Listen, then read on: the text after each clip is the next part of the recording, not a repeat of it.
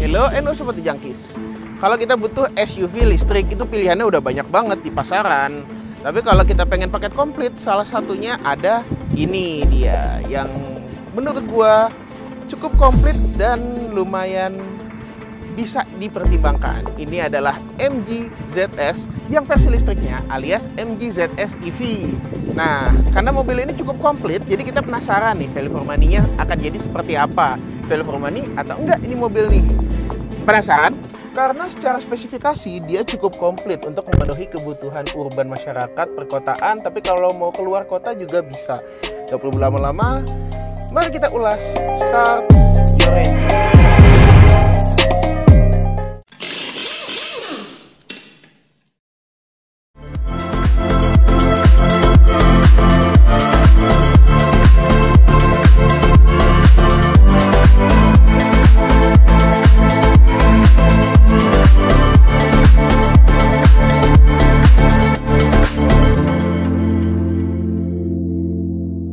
As usual, Auto Jangkis, kita lihat dari bagian belakangnya. Karena biasanya mobil-mobil modern harusnya sudah punya kelengkapan yang mumpuni dan ya, betul, udah mumpuni. Dia sudah punya antena shark fin yang warna hitam ini dan juga spoilernya dilengkapi dengan high mount stop lamp.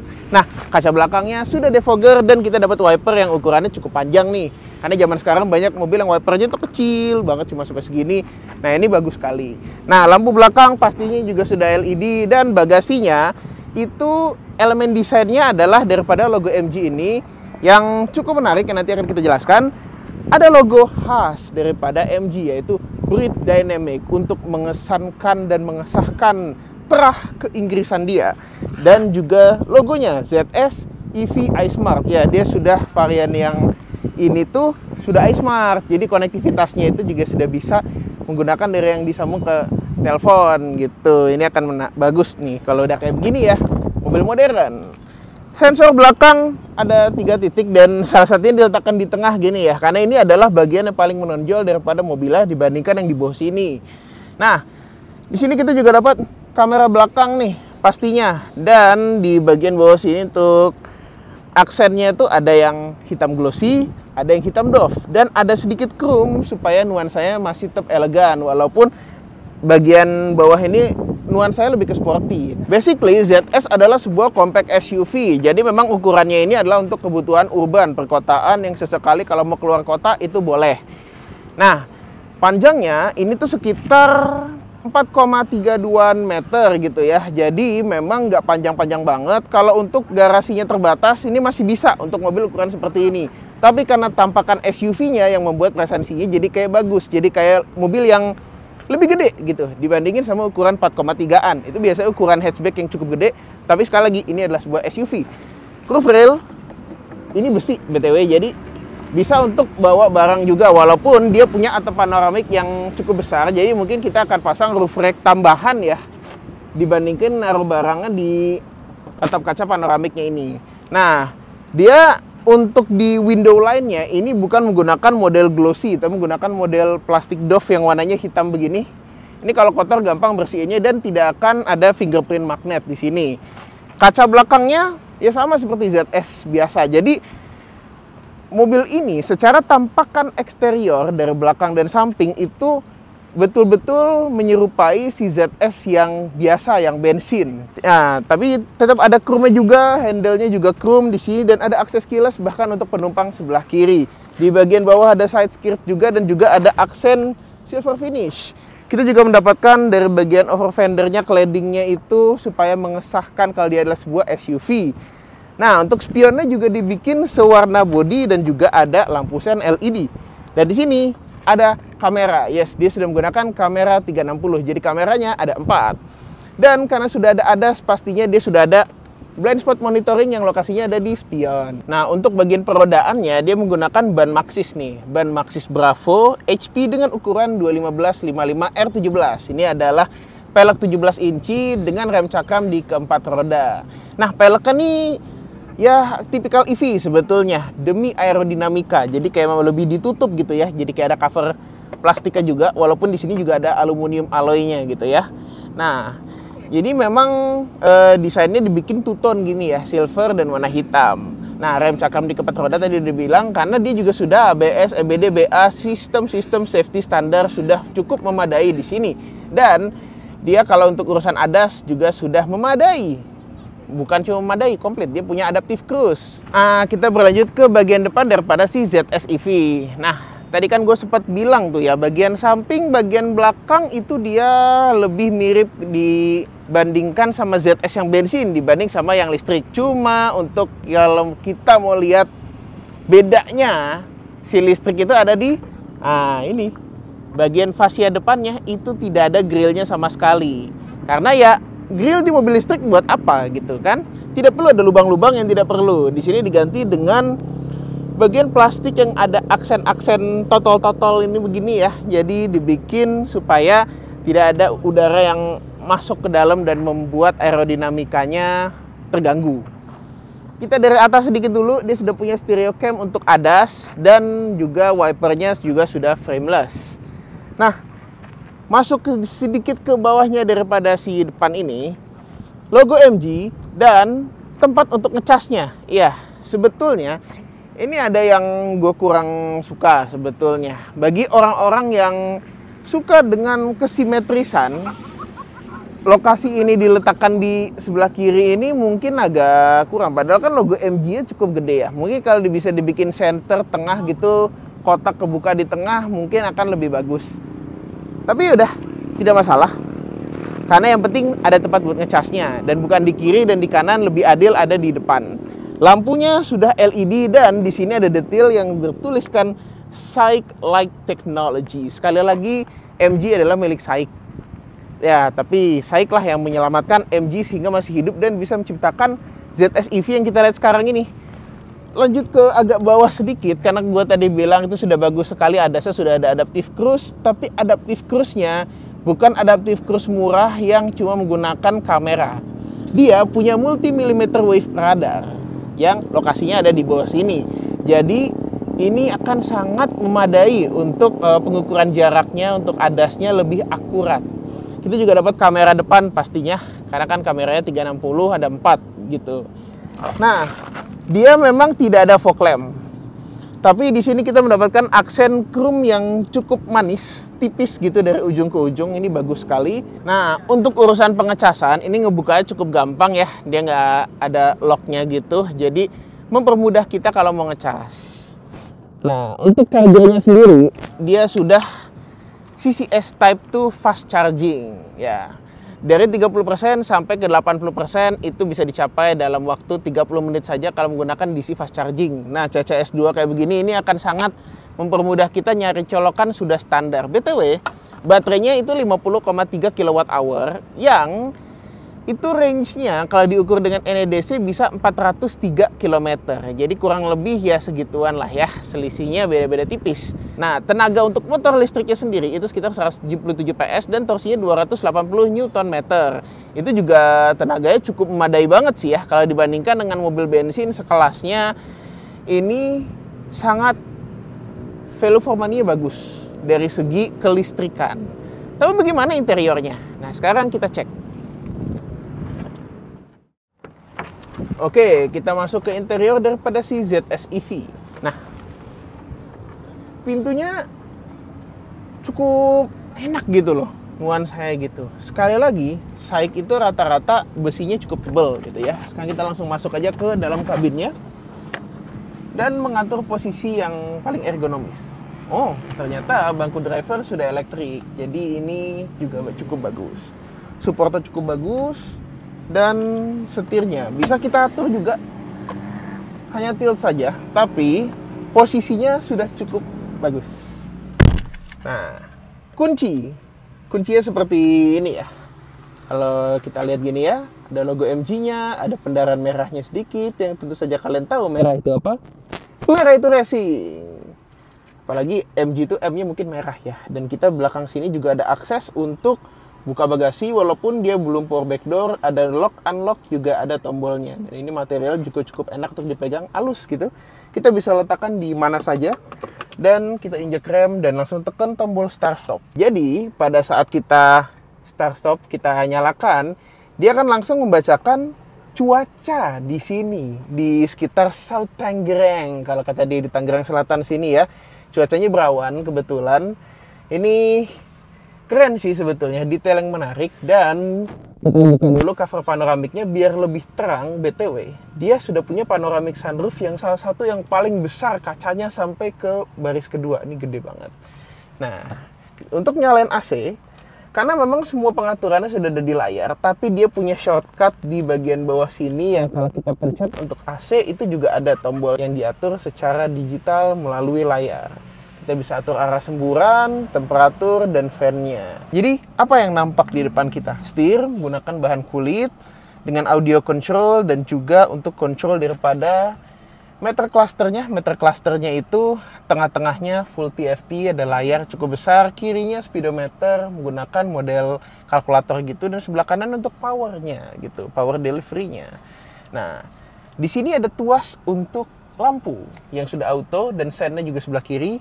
Wiper, kalau wipernya memang belum otomatis, tapi di bagian sini cruise control yang sudah adaptif itu tuasnya ada di sebelah sini.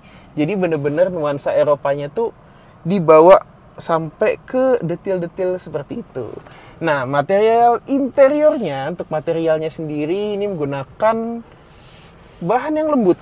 Ini lembut banget. Bahkan di bagian atas ini tuh bisa kita squish jadi kayak squishy gitu ya. Di sini dia menggunakan material lembut yang motifnya karbon dengan jahitan merah yang tentu saja kalian tahu merah itu racing. Dan jahitan merah itu berlanjut lagi sampai ke bagian pegangan sini yang buatnya sporty. Joknya juga menggunakan bahan kulit dan juga kulit sintetis serta aksen karbon di sini ya yang buat dia terasa sportinya dengan jahitan merah juga. Ini bahkan untuk bagian paha itu ada penyanggaannya lagi di supportnya di sini. Jadi bisa menyangga kalian yang pahanya panjang. Ini sangat menarik sekali. Glove box-nya tidak soft opening, tapi ya sudah. Dan ventilasi AC-nya ada yang bulat, sporty, ada yang kotak seperti ini, elegan. Jadi dia berhasil menyatukan elemen-elemen desain sporty dan elegan ke sini. Bukan sunroof-nya juga tombolnya ada di sebelah sini. Lampu kabin yang lampu basnya juga sudah LED gitu ya. Nah, di bagian atas kita mendapatkan cermin, tapi tidak ada lampunya karena lampunya ada di sini.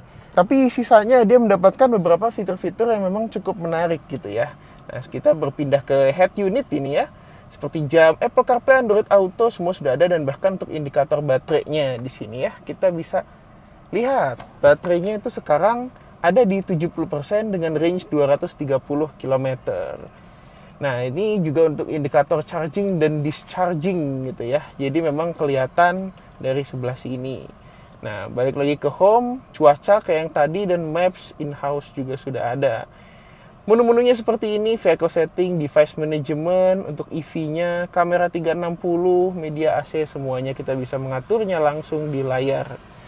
Jadi pengaturannya cukup mudah dan tangan kita tuh bisa menjangkau dengan mudah gitu loh. Dia juga bukan yang nge-lag banget, jadi ini cukup memadai lah. Terutama untuk kelas compact SUV, ini juga akan permudah hidup. Apalagi orang kota kan sukanya yang gerasa gerusuk cepat-cepat gitu. Lanjut ke bagian bawah sini, kita mendapatkan wireless charging.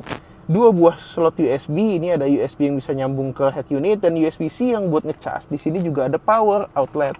Dia ada untuk mode berkendaranya. Jadi driving mode-nya kita bisa mengaturnya di sini.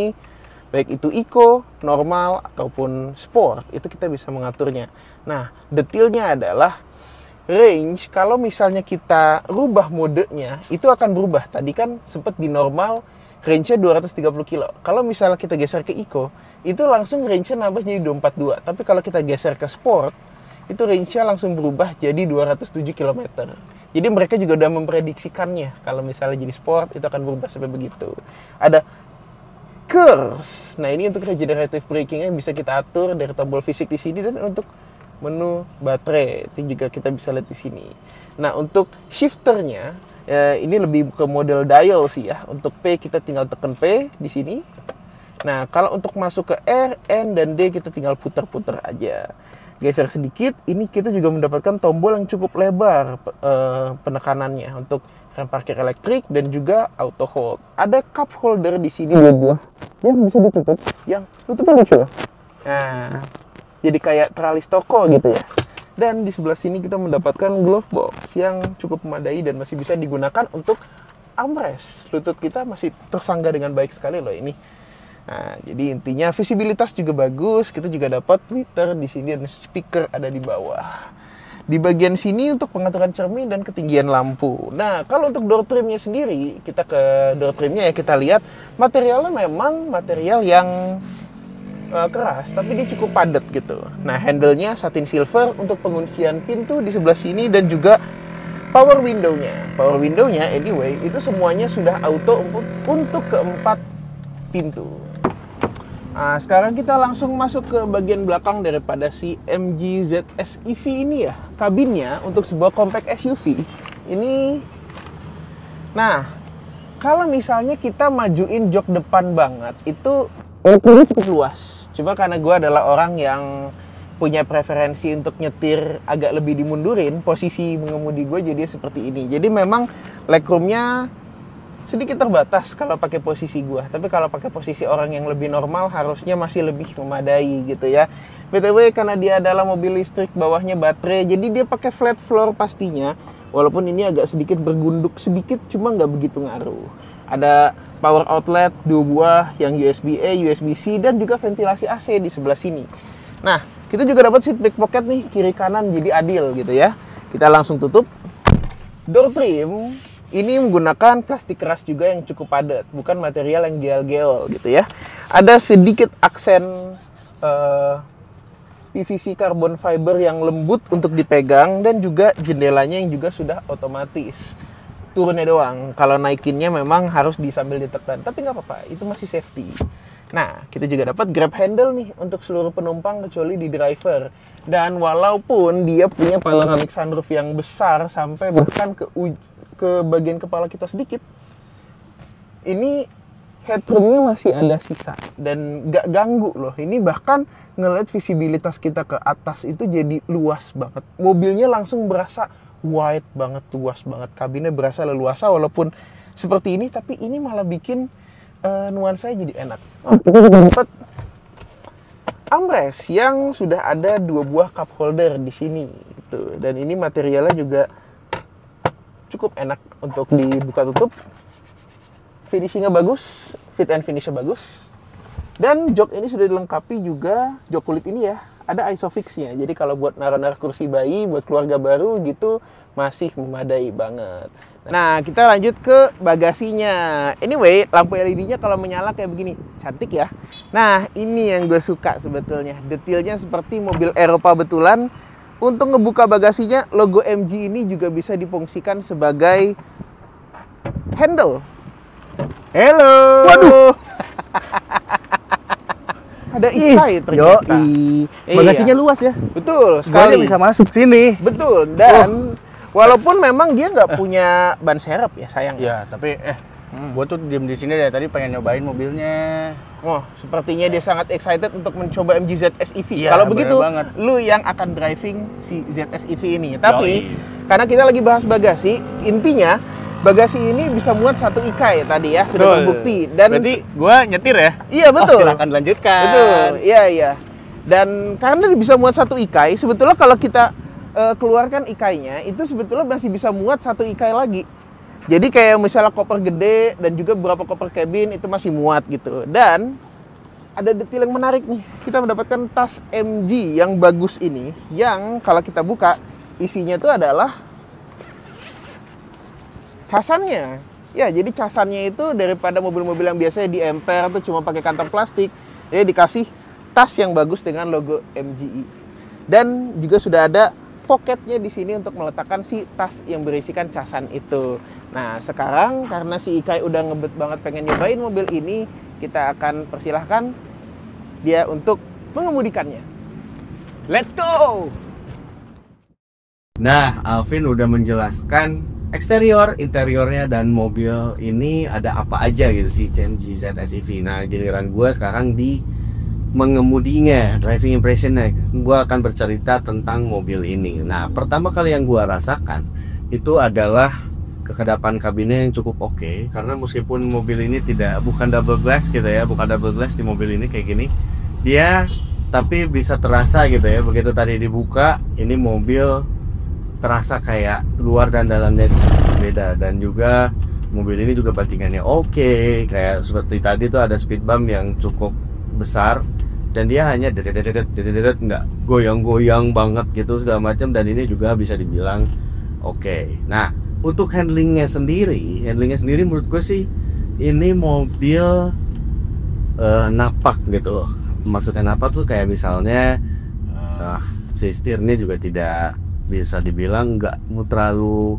ringan, juga nggak bisa dibilang terlalu berat, tapi tetap napak. Jadi bisa kerasa gitu feelnya pada saat mengemudi bahwa mobil ini rodanya sebelah sini itu memang terasa juga. Nah, kemudian juga si MG ZS EV ini karena memang ADAS-nya cukup lengkap seperti blind spot monitoring seperti ini, dia berjalan dengan baik juga, berfungsi dengan baik. Kemudian juga seperti ada traffic jam assist-nya yang juga yang membantu mobil ini untuk di kemacetan, jadi tidak membuat capek juga gitu ya. Dan juga ada forward collision warning, yang mana kalau kita bawa mobil ini dan terlalu dekat, ya, mobil ini berasa terlalu dekat dengan yang lain dan kita masih tetap jalan, dia akan nyala si warningnya dalam bentuk alarm. Dan juga kalau memang terlalu dekat lagi, dia akan bisa berhenti dengan sendirinya atau ada emergency brakingnya, dan itu juga berjalan dengan baik. Dan gue udah sempat coba mobil ini, bisa dibilang kita kan memang bisa diatur nih posisinya panjang,